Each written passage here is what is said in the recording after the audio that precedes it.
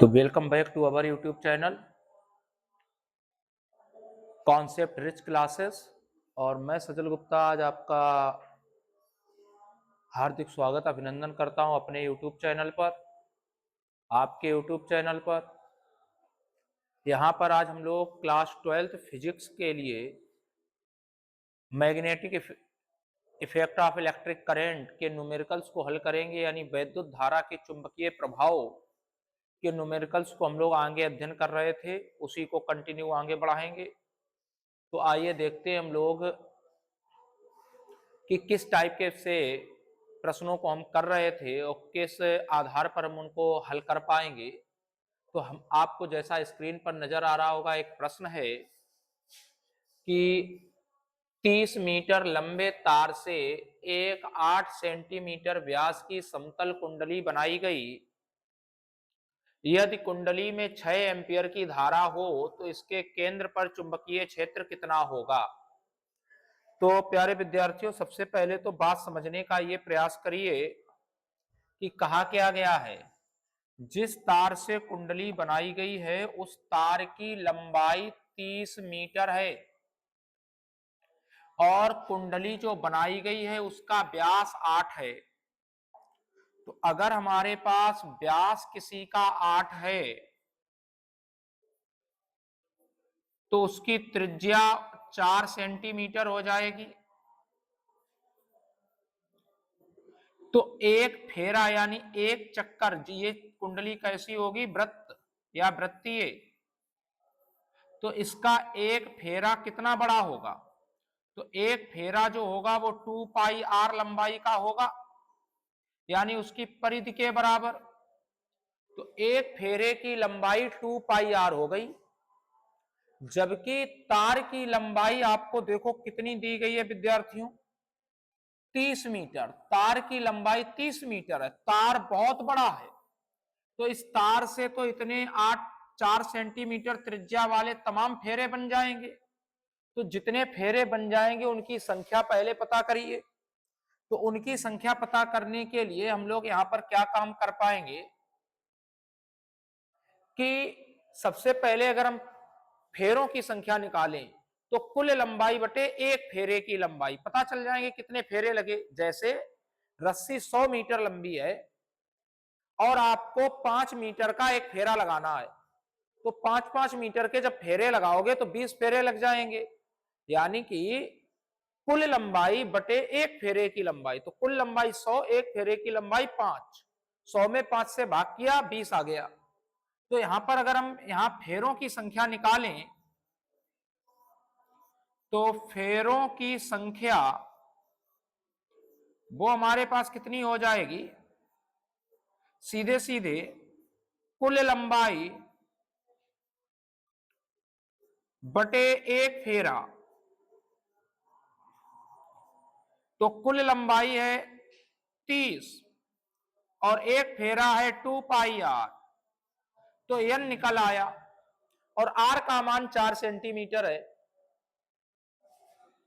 जबकि इसमें धारा कितनी बह रही है विद्यार्थियों, ध्यान दें 6 एम्पियर। आई का मान इस सवाल में 6 एम्पियर है। तो यहां पर हम लोग जब कुंडली के लिए चुंबकीय क्षेत्र निकालने का प्रयास करेंगे,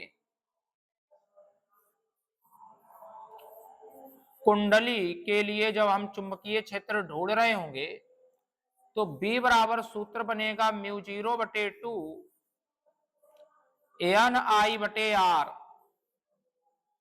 क्योंकि फेरों की संख्या अगर दी जाएगी तो उसका जिक्र करेंगे।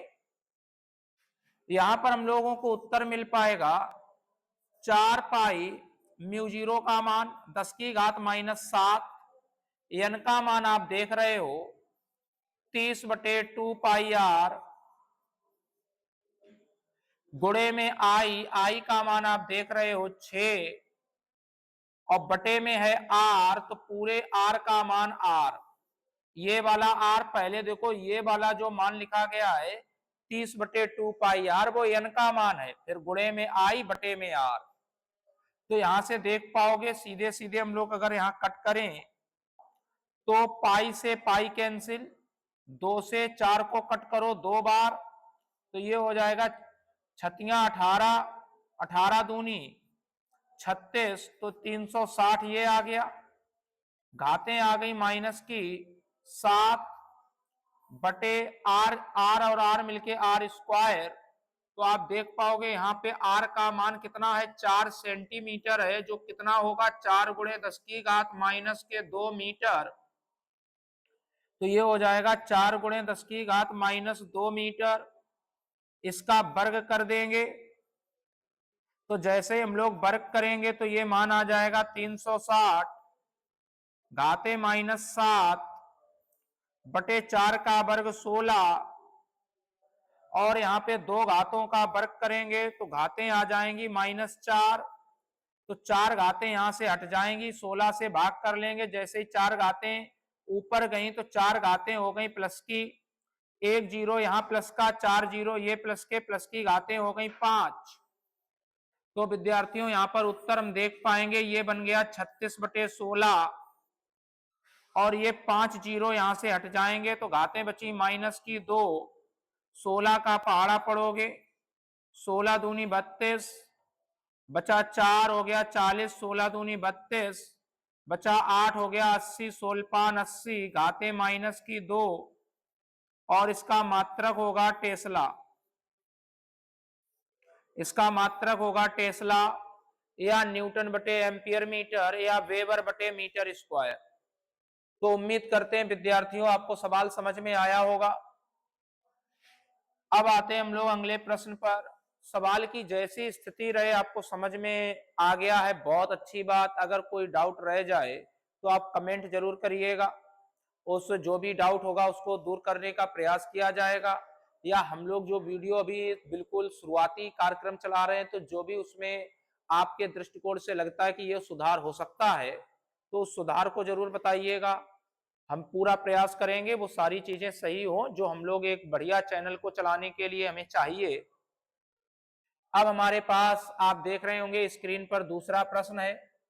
प्रश्न कह रहा है एक समतल वृत्ताकार कुंडली में 100 फेरे हैं, तो सीधे सीधे विद्यार्थियों n का मान 100 है तथा उसकी त्रिज्या 3 सेंटीमीटर है, r दे दिया गया 3 सेंटीमीटर। कुंडली में धारा 2 एम्पियर है, कुंडली के अक्ष पर स्थित, तो इस बार हमें मान कहाँ निकालना है, कुंडली के अक्ष पर, और कुंडली के केंद्र से कितनी दूरी पर, 4 सेंटीमीटर दूरी पर। तो विद्यार्थियों हम सवाल आपको समझाने का थोड़ा प्रयास कर लें। ऐसे कुंडली होगी, कुंडली की ये रेडियस होगी कैपिटल आर, केंद्र ये होगा, केंद्र से ये जो दूरी होगी वो अक्ष वाली दूरी होगी। इस दूरी को नाम हम लोगों ने x दिया होगा। यहां मान निकालना है बिंदु P पर, तो इसका हम लोगों ने सूत्र लिखा था, याद करिए।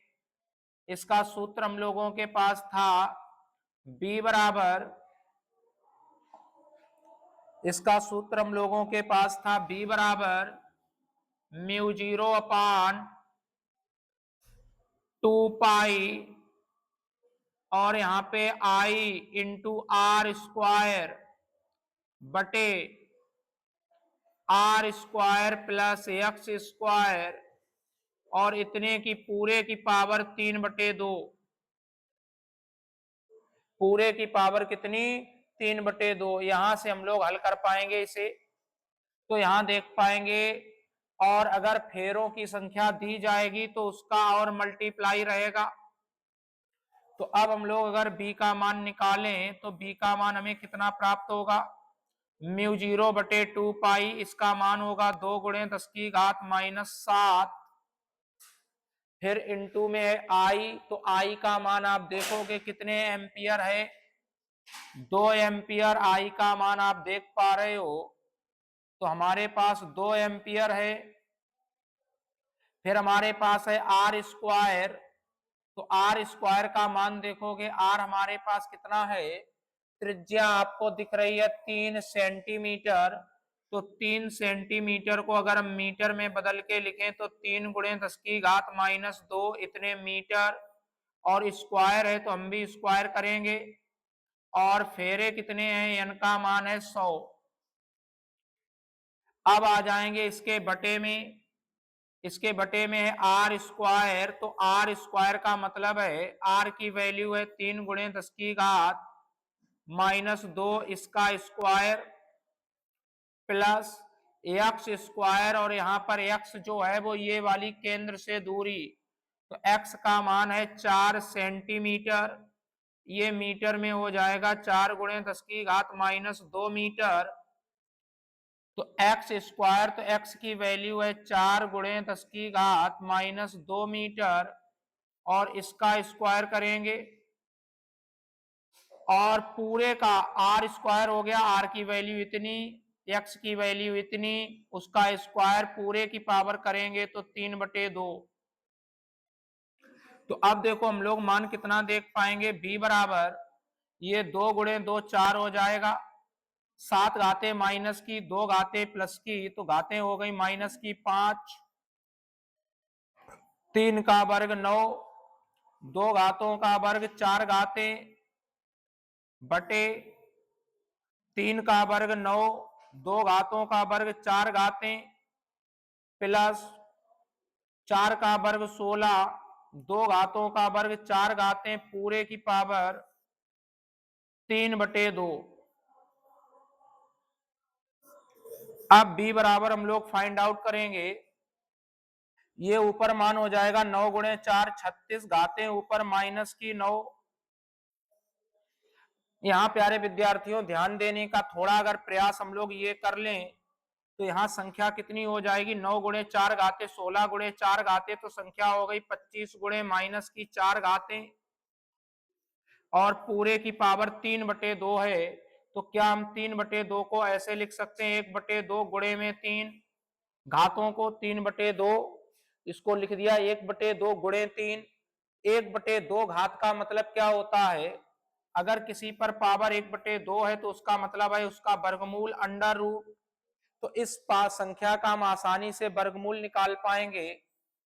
तो इस संख्या का हमारे पास वर्गमूल कितना हो जाएगा विद्यार्थियों,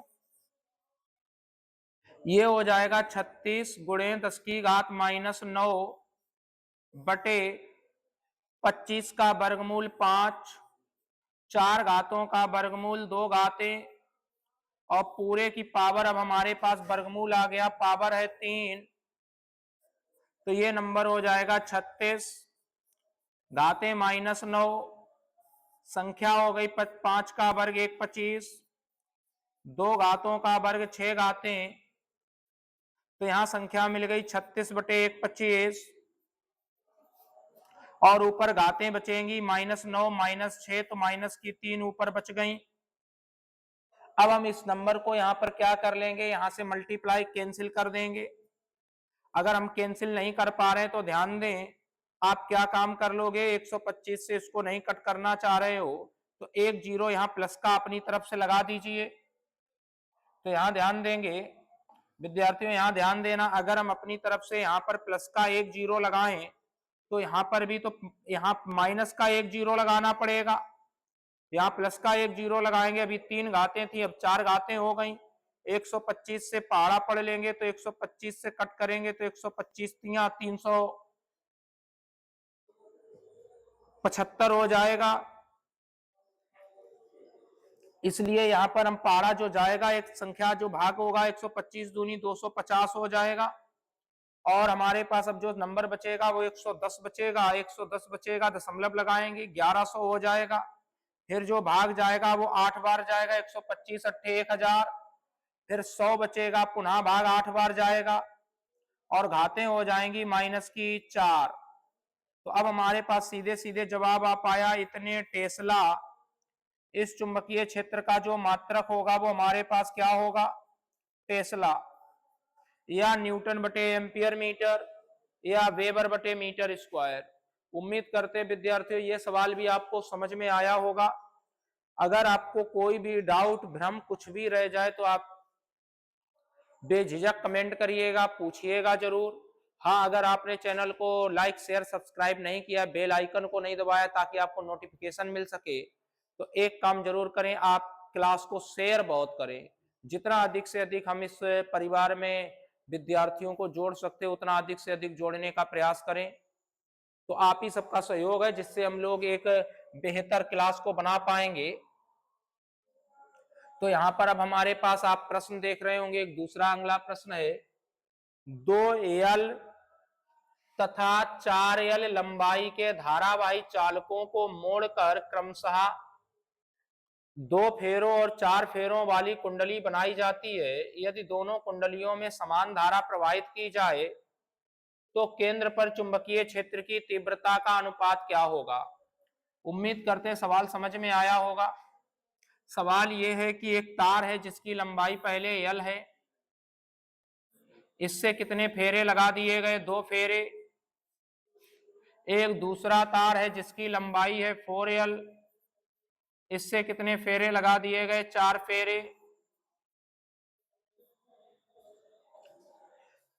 तो पूछ क्या रहा है, यदि दोनों कुंडलियों में समान धारा प्रवाहित की जाए तो केंद्र पर कितना चुंबकीय क्षेत्र होगा। बात समझें, अगर लंबाई L है और हमने 2 फेरे लगाए तो एक फेरे की लंबाई कितनी होगी, L/2 हो जाएगी, क्योंकि L लंबाई के 2 फेरे कर दिए। तो एक फेरे की लंबाई कितनी होगी, एक फेरे की लंबाई ये L/2 होगी। और मुझे बताएं ये फेरा जो लगेगा वो कैसा होगा। जो भी फेरा लगेगा वो हमारे पास वृत्तीय कुंडली बनेगी। तो वृत्तीय कुंडली बनेगी तो फेरे की जो लंबाई होगी क्या वो 2πr नहीं होगी प्रत्येक के लिए। तो पहले वाले केस में ये जो लंबाई होगी, अगर हम यहाँ पर बात आप हमारी समझ पा रहे हो तो हम क्या कहना चाह रहे हैं, बात आपको पल्ले पड़ी होगी कि अगर हमारे पास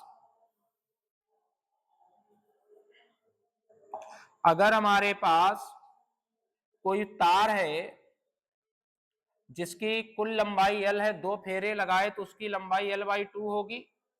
लेकिन जो एक फेरा लगेगा, यहां पर जो भी कुंडली बनेगी वो कुंडली तो हमारी ऐसे वृत्तीय होगी, और वृत्तीय कुंडली के लिए फेरे की जो लंबाई होगी, एक फेरे की लंबाई वो 2πr होगी। तो यहां पर पहले वाले फेरे की जो लंबाई होगी वो 2πr1 का मान ही तो L/2 हो जाएगा। तो यहां से अगर हम लोग R1 का मान निकालेंगे तो मिल जाएगा L/2π का इधर भाग हो जाएगा, तो 2 दूनी 4 पाई, ये R1 आ जाएगा। अब इस वाले में आ जाओ, कितने फेरे लगा दिए, 4L लंबाई और 4 फेरे लगा दिए। तो एक फेरे की लंबाई कितनी होगी, यहां पर हम एक फेरे की अगर लंबाई देखें तो कुल लंबाई है 4L, तो एक फेरे की लंबाई जो होगी वो कुल लंबाई है 4L, और हमारे पास हमने इस लंबाई के 4 फेरे लगा दिए। तो एक फेरे की लंबाई जो होगी विद्यार्थियों वो L आ गई। और वास्तव में यहां पर हमने इस वाले की त्रिज्या R1 मानी, इसकी त्रिज्या R मान लेंगे। तो वास्तव में एक फेरे की लंबाई होगी कौन, इस बार एक फेरे की लंबाई 2πr2 मान लें। एक फेरे की लंबाई कितनी मान लें, 2πr। तो 2πr के हिसाब से ये L हो जाएगा, तो R2 का मान आ जाएगा L/2π। यहां हो गया L/4π, वहां हो गया L/2π। अब यहां पर हम लोग क्या समझ पाएंगे कि हमें चुंबकीय क्षेत्र चाहिए। तो इसका जो चुंबकीय क्षेत्र अगर हम लोग अलग से लिखें तो इसका V1 बराबर कुंडली का सूत्र होगा μ0/2I/R और गुणे में N। तो यहाँ पे धारा तो समान है, त्रिज्या अलग है, फेरे अलग हैं। धारा समान कही गई, आप समझ पाओगे, कहीं लिखा होगा प्रवाहित धारा क्या है, एक समान है, धारा समान है।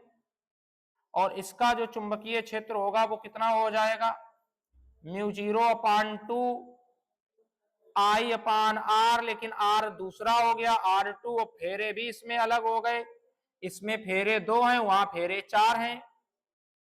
अब यहां पर हम लोग सीधे हमसे पूछ रहा है उनका अनुपात क्या होगा।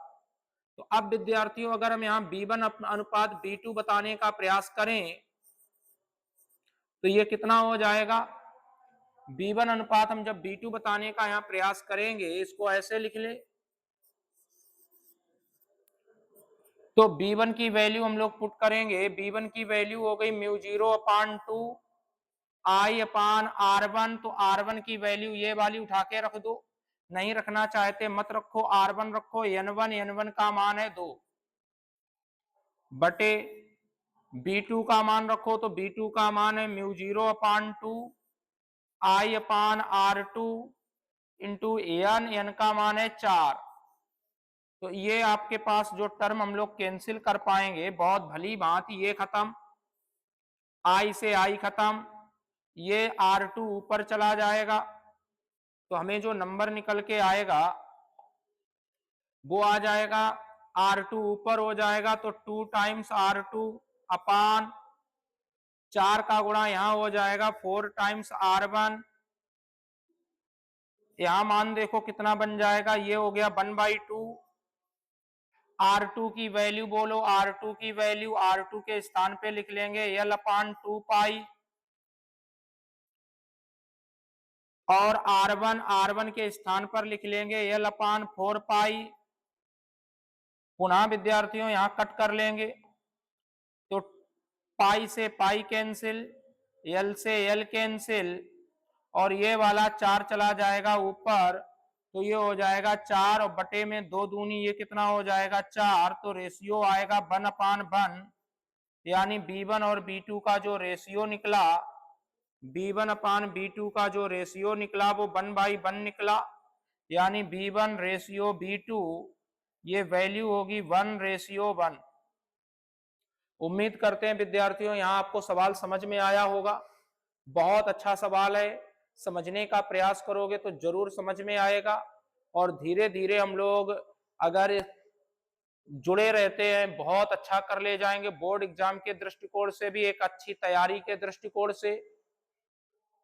तो सभी विद्यार्थियों से हमारा बस एक ही आग्रह है कि सभी विद्यार्थी क्लास को शेयर जरूर करें, अन्य विद्यार्थियों को शेयर करें, अधिक से अधिक हम लोग जितना अधिक से अधिक विद्यार्थियों को इस प्लेटफॉर्म में ला सकते हैं उतना अधिक से अधिक लाने का प्रयास करें। तो धीरे धीरे हम लोग एक बहुत अच्छे प्लेटफॉर्म तैयार करेंगे, एक बहुत अच्छे प्लेटफॉर्म पर पहुंचेंगे। अब हम लोग देखते हैं हमारे पास कोई अगला प्रश्न है। तो अगला प्रश्न हमारे पास है, एक वृत्ताकार कुंडली की त्रिज्या, तो इस बार कुंडली की त्रिज्या दी गई 0.25 मीटर, और इसमें 50 फेरे हैं। इसे चुंबकीय यामोत्तर के लंबवत रखकर इसमें वैद्युत धारा प्रवाहित की जाती है, तो इसके केंद्र पर रखी चुंबकीय सुई कहीं भी ठहर जाती है। सवाल समझ लें,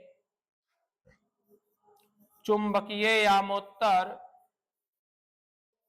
इसका अर्थ यह है कि पृथ्वी के उत्तर दक्षिण दिशा जो चुंबक के आधार पर है, उत्तर दक्षिण पृथ्वी वाला।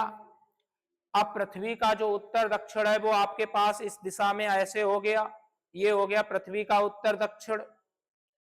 यहां पर एक कुंडली को हमने लंबवत रख दिया, तो कुंडली को ऐसे रख दिया इसके ऊपर। लेकिन अगर इस कुंडली के केंद्र पे कोई दूसरी चुंबकीय सुई रखें तो उसको जहां रखते हैं वो वहीं ठहर जाती है, कहीं भी ठहर जाती है, यानी अपने मन से घूम नहीं पाती है। तो बात समझेंगे वहां क्या हो जाना चाहिए। दरअसल कुंडली का जो चुंबकीय क्षेत्र है और जो पृथ्वी का चुंबकीय क्षेत्र है, तो पृथ्वी के चुंबकीय क्षेत्र ने कुंडली के चुंबकीय क्षेत्र को समाप्त कर दिया होगा, तभी तो धारा बहने से वहां चुंबकीय क्षेत्र नहीं दिखा।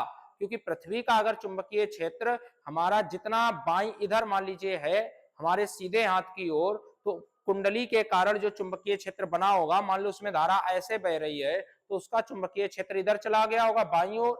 तो यहाँ पर जब चुंबकीय क्षेत्र एक दाई ओर एक बाई ओर, अगर पृथ्वी का ही चुंबकीय क्षेत्र कुंडली के बराबर हो जाए तो फिर कुंडली के केंद्र पर चुंबकीय क्षेत्र शून्य नजर आएगा। लेकिन कब आएगा, जब कुंडली का और पृथ्वी का आपस में बराबर हो लेकिन दिशाओं में विपरीत हो, तो वहां केंद्र पे आप कुछ भी रखोगे वो जहां इच्छा होगी वो वहां पर आप रख पाओगे, वहीं रुकी रहेगी। तो इसके लिए जो पृथ्वी का चुंबकीय क्षेत्र आपके पास है उसका मान दिया गया है, उसका मान दिया गया है, और आपसे कह रहा है कि कितनी धारा होनी चाहिए, तो इसलिए ये पृथ्वी वाला चुंबकीय क्षेत्र ही कुंडली के बराबर होगा और बी बराबर सूत्र लगेगा μ0/2 I/r। बस हम लोग यहाँ पे प्रश्न को हल कर लेंगे आसानी से, तो हमारे पास मान कितना आ जाएगा, b इक्वल टू ये मान हो जाएगा 4 पाई और घातें हो जाएंगी -7 बटे में 2। आई का मान हमें मालूम नहीं और आर त्रिज्या है 0.25। एक और बात पे ध्यान देंगे, यहाँ पे हमें b का मान दिया गया है, b का मान है 0.3 और घातें कितनी है -4। तो ये संख्या यहाँ पर सीधे सीधे हम लोग कट कर लेंगे। तो यहाँ पर हम सबसे पहले 2 से इसको कट करेंगे, तो 2 से कट करेंगे तो कितनी बार कटेगा, ये हो जाएगा 2 बार कटेगा और ये दशमलव हटाएंगे तो यहाँ पर अलग से 2 जीरो आ जाएंगे। 25 से भाग करेंगे तो 25 से भाग करने पर ऊपर जो ये नंबर होगा वो हमारे पास 8 बार कट जाएगा। तो यहाँ पर हमारे पास जो b का सूत्र था वो था μ0/2 और I/r। अब सीधे सीधे ये 8 पाई यहाँ मान हो जाएगा, उसको इधर भेज देंगे तो ये मान हो जाएगा 0.3 घातें -4 और बटे ये संख्या हो गई 8 पाई और घातें हो गई -7 बराबर में आई। तो सीधे सीधे अगर हम यहाँ पर नंबर को चेक कर पाए कि कैसे हम लोग कैलकुलेट कर पाएंगे, तो कैलकुलेट करने के लिए हमें सीधे आई की वैल्यू चाहिए। तो आई इक्वल टू हो जाएगा 0.3 घाते देखो 7 जीरो ऊपर जाएंगे तो 7 जीरो प्लस के हो जाएंगे तो ऊपर 3 बचेंगे और बटे 8 पाई का मान 3.14। तो यहाँ पर जब हम ये वाले तीनों जीरो, इस 3 जीरो का मतलब हो गया 3000 जिसमें एक जीरो से दशमलव खत्म, तो यहाँ पर संख्या हो जाएगी आपके पास सीधे सीधे 3 के साथ 2 जीरो और बच जाएंगे और यहाँ पे गुणा कर लेंगे 8 चौकू 32, 8 एकम 8 और 3 11, 8 तियां 24 और 1 25, 25.2। तो यहाँ पे इससे भाग करोगे तो भाग करते इसका जवाब ढूंढ पाएंगे। अगर हम इसका जवाब आई बराबर निकालें तो ये 25 से अगर भाग करते, अगर ये संख्या पूरी 25 होती तो लगभग में 12 बार भाग चला जाता। अब ये 25.2 है तो ये हमारे पास जो भाग जाएगा वो कितनी बार चला जाएगा, लगभग में 11.8 बार, 11.8 बार भाग चला जाएगा। तो एक वृत्ताकार कुंडली, एक बार सवाल को हम लोग और देख लेते हैं। हम लोग एक छोटी सी गलती किए हैं, यहाँ फेरों की संख्या देखो, इसीलिए मुझे थोड़ा सा डाउट हुआ कि सवाल में क्या गलत कर दिया। तो फेरों की संख्या जब किसी प्रश्न में दी जाती है तो फेरों की संख्या भी तो इंक्लूड रहेगी। तो यहाँ जब n का मान इंक्लूड रहेगा तो ये मान 50 और रहेगा, n का मान जो 50 रहेगा वो यहीं पे आके क्या हो जाएगा, उसका भाग, और जैसे ही उसका यहाँ भाग हो जाएगा तो इस नंबर में ये 50 और इंक्लूड रहेगा, 50 और इंक्लूड रहेगा। तो यहाँ पर ये 0 से ये कैंसिल हो जाएगा, 5 से ये कट हो जाएगा 6 बार, तो ऊपर नंबर बचेगा 6/25.12। अब यहाँ पहले भाग नहीं जाएगा तो पहले दशमलव लगाएंगे, 60 हो जाएगा, 25 दूनी 50 बचा 10, 25 दूनी 50 लगभग में 9 दशमलव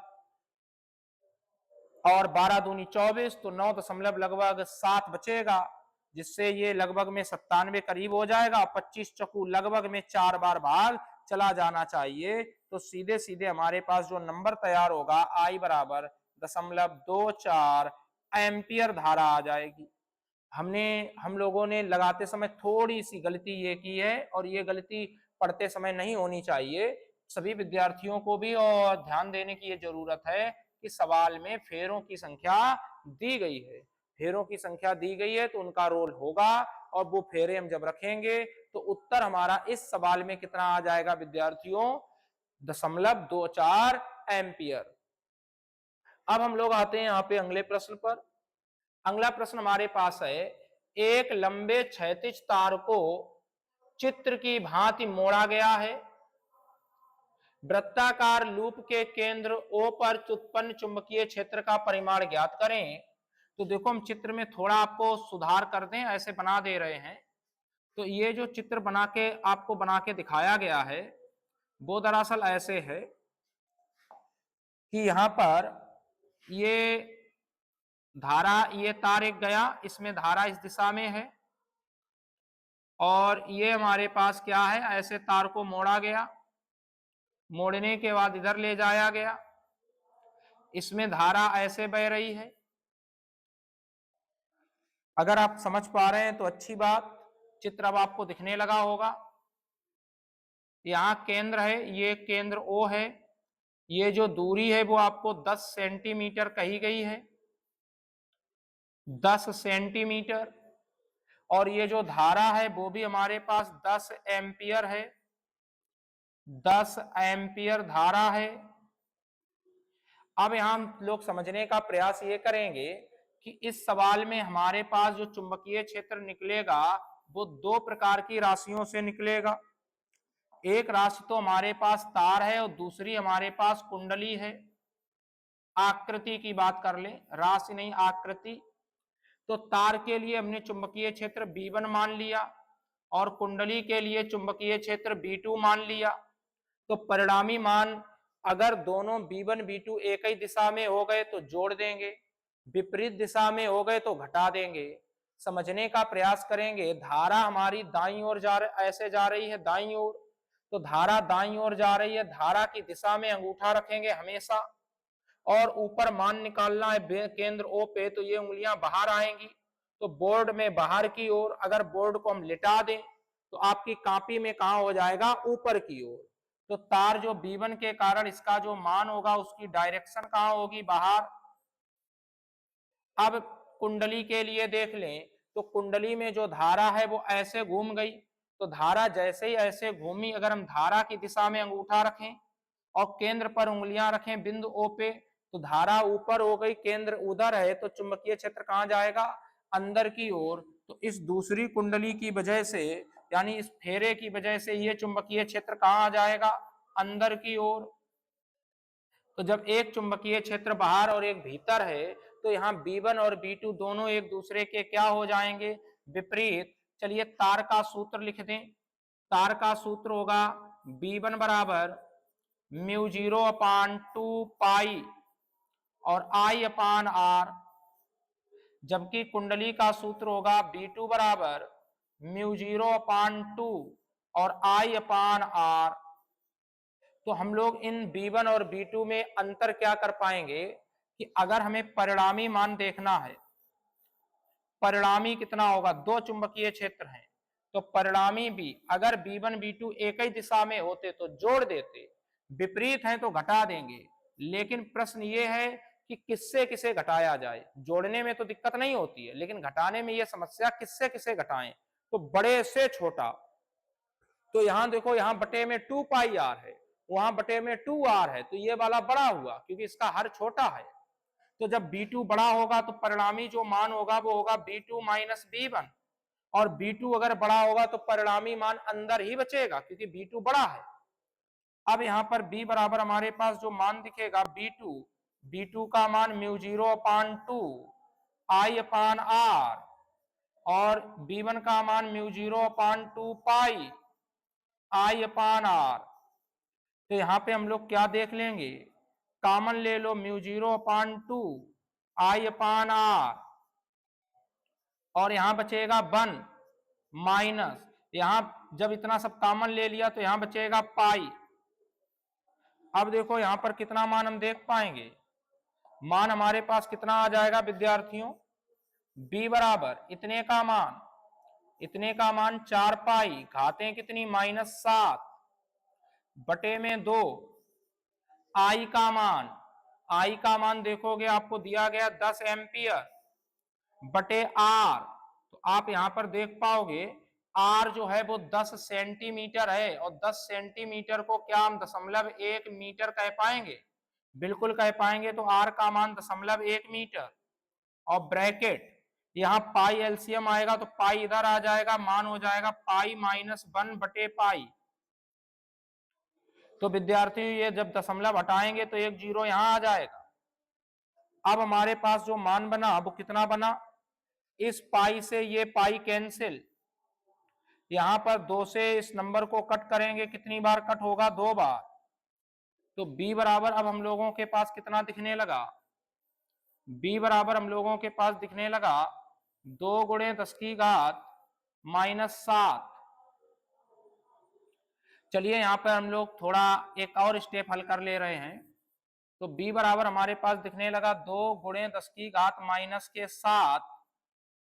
और यहां पर अगर हम 7 घातों को हल कर लें एक ही बार में, तो देखो 7 घातें माइनस की 2 जीरो प्लस की, तो घातें बच गई माइनस की 5। और पाई को अगर हम हल करें तो पाई का मान है 3.14 और माइनस का 1 है, तो 3 से 1 घटेगा तो 2 बचेगा, यानी 2.14। तो ये मान सीधे लिख दो 2.14। अब यहाँ 214 का दुगुना कर देंगे तो ये हो जाएगा 428 और घातें माइनस की 5। तो इतने टेस्ला चुंबकीय क्षेत्र बनेगा।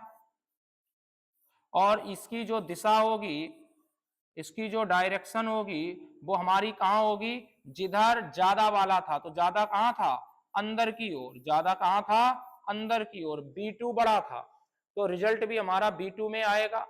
तो उम्मीद करते हैं प्यारे विद्यार्थियों सवाल आपको समझ में आया होगा। अभी हम लोग थोड़े कम समय का वीडियो केवल मैं इसलिए बना रहा हूं ताकि हम लोग इतना सब्सक्रिप्शन पहुंचा लें, शॉर्ट वीडियो को और ज्यादा से ज्यादा लाइक करें। अभी आपको अगर शॉर्ट वीडियो की लिंक मिलेगी, शॉर्ट वीडियो जब आपको भेजा जाए तो प्रयास ये करें शॉर्ट वीडियो पे जाके चैनल को हम लोग सब्सक्राइब करेंगे, जिससे हम लोग बहुत जल्द लाइव क्लास में जुड़ पाएंगे। लाइव क्लास में जुड़ेंगे तो डेली 15-20 प्रश्न एक एक सब्जेक्ट के हल होंगे। आप फिजिक्स के 15-20 प्रश्न कर पाओगे, फर्स्ट पेपर में भी सेकेंड में भी। मैथ के भी ऐसे ही प्रश्न करेंगे, अंग्रेजी करेंगे, हिंदी करेंगे। तो बस आपके एक सहयोग की जरूरत है, आपके साथ जुड़ाव की जरूरत है। तो कंटिन्यू हम लोगों के साथ बने रहिए और हम आपके साथ बने रहें, जिससे आपकी एक बेहतर तैयारी करवाई जा सके, बोर्ड एग्जाम के दृष्टिकोण से भी और कंपटीशन एग्जाम के भी दृष्टिकोण से। क्योंकि हम लोग जल्दी आने वाले जो हमारे पास बीएससी नर्सिंग के लिए जो बच्चे तैयारी करेंगे इस साल, जो पास होंगे 2027 में, उनके लिए बैच हम लोग चालू करेंगे, नवंबर दिसंबर के बाद अनाउंस करेंगे। और साथ में जो बच्चे सीयूईटी की यूनिवर्सिटी एग्जाम के लिए तैयारी करेंगे, हम उनकी भी प्रिपरेशन कराने का पूरा जिम्मा लेंगे। तो कहीं ना कहीं हमें आपके साथ की जरूरत है, इसलिए कंटिन्यू प्रयास करते रहिए। आप चैनल को लाइक करें, शेयर करें, सब्सक्राइब करें और अन्य विद्यार्थियों के पास शेयर करें, और ज़्यादा से ज़्यादा हम लोग सब्सक्राइब कर पाएँ, जिससे और जितना संभव हो सके शॉर्ट वीडियो को लिंक, शॉर्ट वीडियो की लिंक जो आपको प्राप्त हो उसकी सहायता से चैनल को सब्सक्राइब करें। तो हम लोग बहुत जल्द अभी लाइव क्लास शुरू कर पाएंगे, और लाइव क्लास जो शुरू होगी उसमें रेगुलर आपको 2 से 3 और संभवतः हो सकता है 4 सब्जेक्ट रेगुलर मिलेंगे, आपको एक एक घंटे पढ़ने का मौका मिलेगा। तो इसी के साथ मैं सजल गुप्ता अभी के लिए अल्प विराम लेता हूं। हम लोग कल पुनः जुड़ेंगे अपनी बेहतर क्लास में। तो तब तक के लिए सभी विद्यार्थियों को जय हिंद। कल पुनः भेंट होगी। धन्यवाद।